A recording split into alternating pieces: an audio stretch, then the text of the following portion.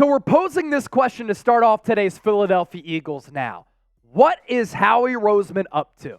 Philadelphia Eagles are undefeated. They're looking pretty good. They haven't played their best football yet, but still, 4-0 is 4-0, but there are flaws and weaknesses on this roster, specifically in that secondary. So could the Philadelphia Eagles and Howie Roseman make a move over the next couple of weeks to bolster the secondary? We have a couple of players who we're going to talk about on today's show who could serve as Eagles trade targets. First, though, I want to set the foundation with this because I want to outline how the Philadelphia Eagles have performed on both sides of the football in some key statistical categories and where they rank among all teams in the NFL. Because the defensive numbers to the right side of your screen kind of goes into and transitions us into the thought process that the Eagles need to make a move in that secondary. Now, on Tuesday, they did sign Bradley Roby.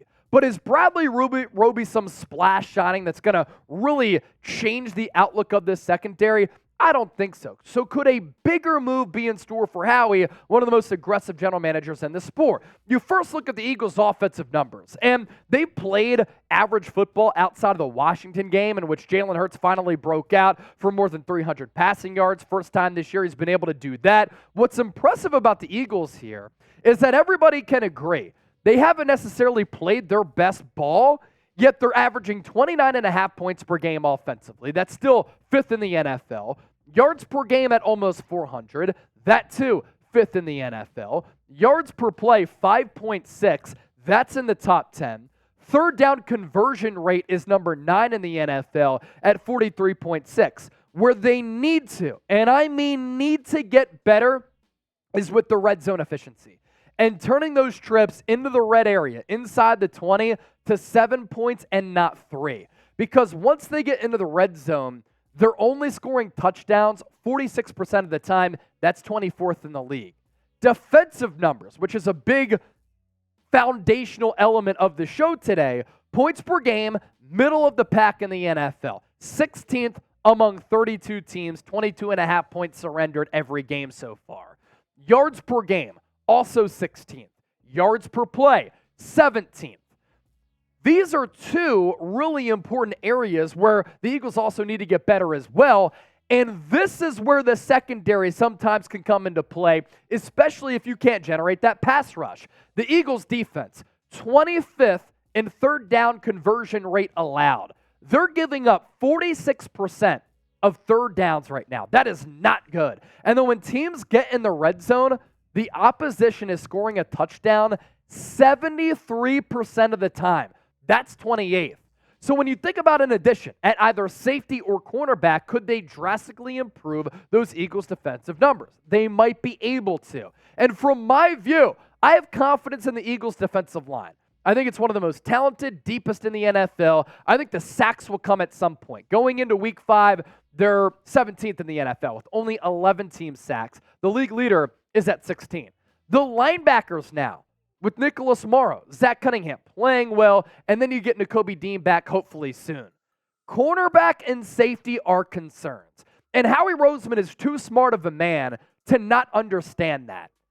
We're talking about a guy who's a wheeler and dealer, who goes to sleep thinking of ways to make this team better. He wakes up thinking of ways to make this team better. And when he's watching this defense Sunday at the Link kind of get carved up a little bit by Sam Howell and the Washington Commanders, and he thinks, how did we lose the Super Bowl? Because Patrick Mahomes was unconscious after halftime and his only incompletion was a throwaway. We have to make a move because we can't squander this opportunity. Now, I'm talking about this here on the show because I think it's important. But I thought the Philadelphia Inquirer made some good points as well. It's becoming apparent that the Eagles could really use another defensive back between now and next month's trade deadline, whether it's a slot corner or a safety or a hybrid of the two.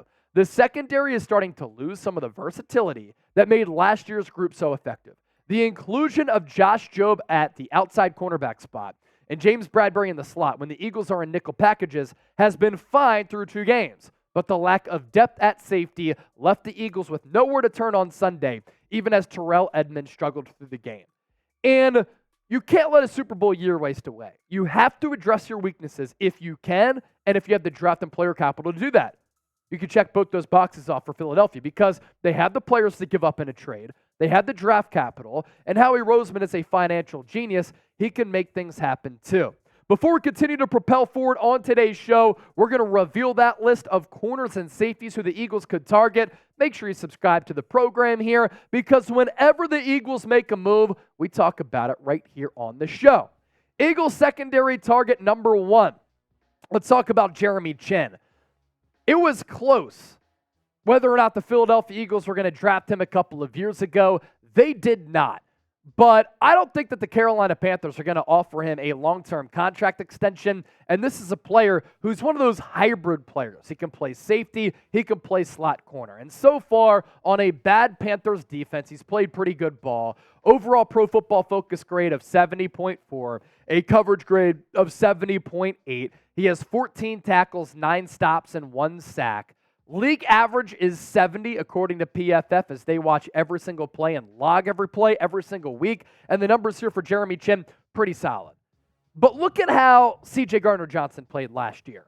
Tied for the NFL league high in interceptions. Look at how Nicholas Morrow is playing right now.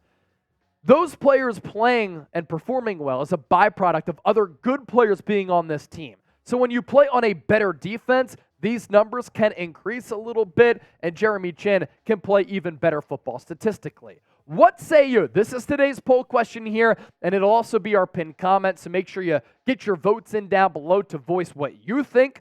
Does Howie Roseman need to make a move in that secondary and bring in another defensive back? Again, they signed Bradley Roby, but I'm thinking Howie might have a bigger move in store. Give me a T for trade or a P for pass.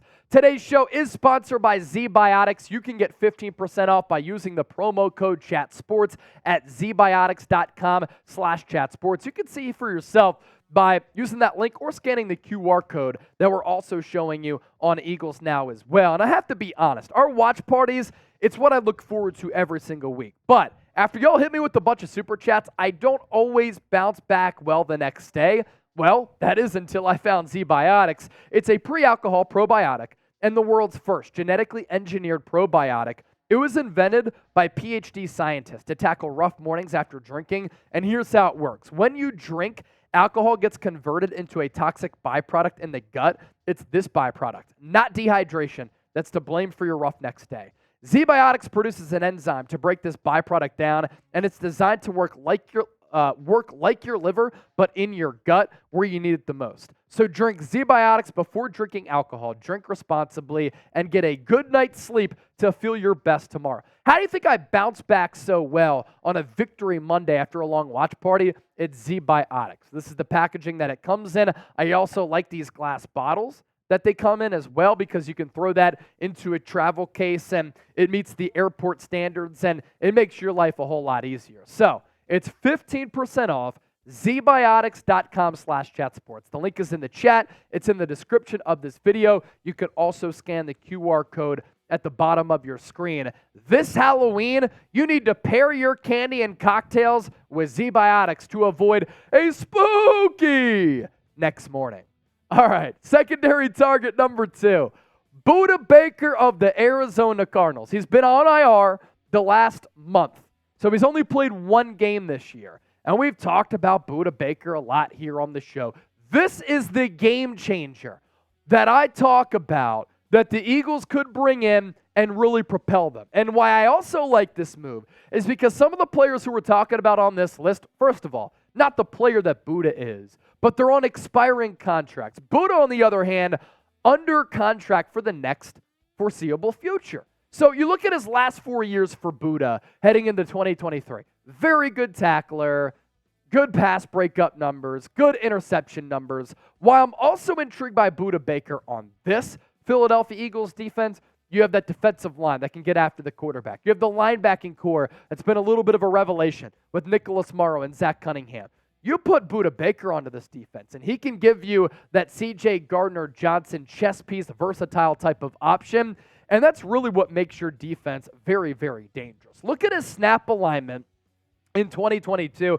Just not enough of a sample size to talk about what he's done in 2023 because he only played 1 game.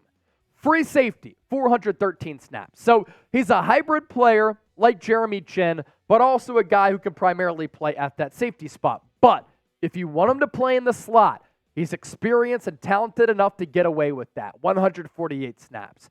He played in the box the second most among all areas of the field with 349. You want to use him on a blitz? You can do that. Look at what Sean Desai has done with Nicholas Morrow. You want to fake the blitz and drop him back into coverage, put him on a tight end or a slot wide receiver, he's capable. A big hitter from that safety spot, good against the run. He can do it all. And then on the defensive line, he also logged 41 snaps as well. So this is my favorite player on this list because he's under contract, a little bit expensive, $14 million, I believe, but he's also the best, most versatile option that the Eagles could bring in as well. Next up, Nate Hobbs. Nate Hobbs plays on a bad football team with the Las Vegas Raiders. So because he plays on a bad football team, a lot of people don't realize the quality of player that he is, but he's one of the most underrated cornerbacks in the National Football League. And if the Las Vegas Raiders continue down this path of losing games in ugly fashion, not only do I think that Josh McDaniels could get fired, but they could look to sell. And Hobbs, overall PFF grade in 3 games this year. He missed week 4 because of a concussion, 72.7. That's really good. Coverage grade of 72.4, 7 stops, and then 0 interceptions as well. Nate Hobbs, a good corner who doesn't really play safety at all, a good corner who, if the Eagles were to bring him in, very intriguing option to play alongside Darius Slay as well as James Bradbury. Next up, Kenny Moore, solid cornerback for the Indianapolis Colts. This could be one of those cheaper options who doesn't really have the star power of Budda Baker, doesn't necessarily have the name value of a Jeremy Chinn, and isn't as good as a Nate Hobbs, but he can certainly get the job done. And let me throw out a familiar name for Eagles fans. Remember 2021, first year under Nick Sirianni, one of the moves that Philadelphia made at cornerback was to bring in a guy who used to play DB with the Pittsburgh Steelers? That's Steven Nelson. He's been with the Houston Texans the last couple of years after the Eagles did not bring him back in 2022, which worked out well for Philadelphia. It worked out well for Nelson. He had a good year last year with Houston. He's off to a good start this year. I like how D'Amico Ryans is using him in that defense. He can play. The issue with this move is that the Houston Texans, they have 2 wins already. They're surprising a lot of people. And in a bad division, they could look to make the playoffs in year 1 under C.J. Stroud in what was supposed to be a rebuilding season. So I'm not sure if Nelson is going to be on the block, but a name who has familiarity with this organization and a guy who Eagles fans know pretty well. And I actually thought he played decent football for the price tag back in 2021. So those are 5 secondary targets, both at safety and at cornerback for Philadelphia here. We round out today's show with this question. Which player do you like the most, and which player do you want to see the Philadelphia Eagles bring in potentially via a trade? Make sure you share your thoughts. Don't forget to subscribe. Watch party coming up on Sunday for Eagles-Rams. You don't want to miss it. And if you haven't subscribed, daily videos coming your way on Eagles Now.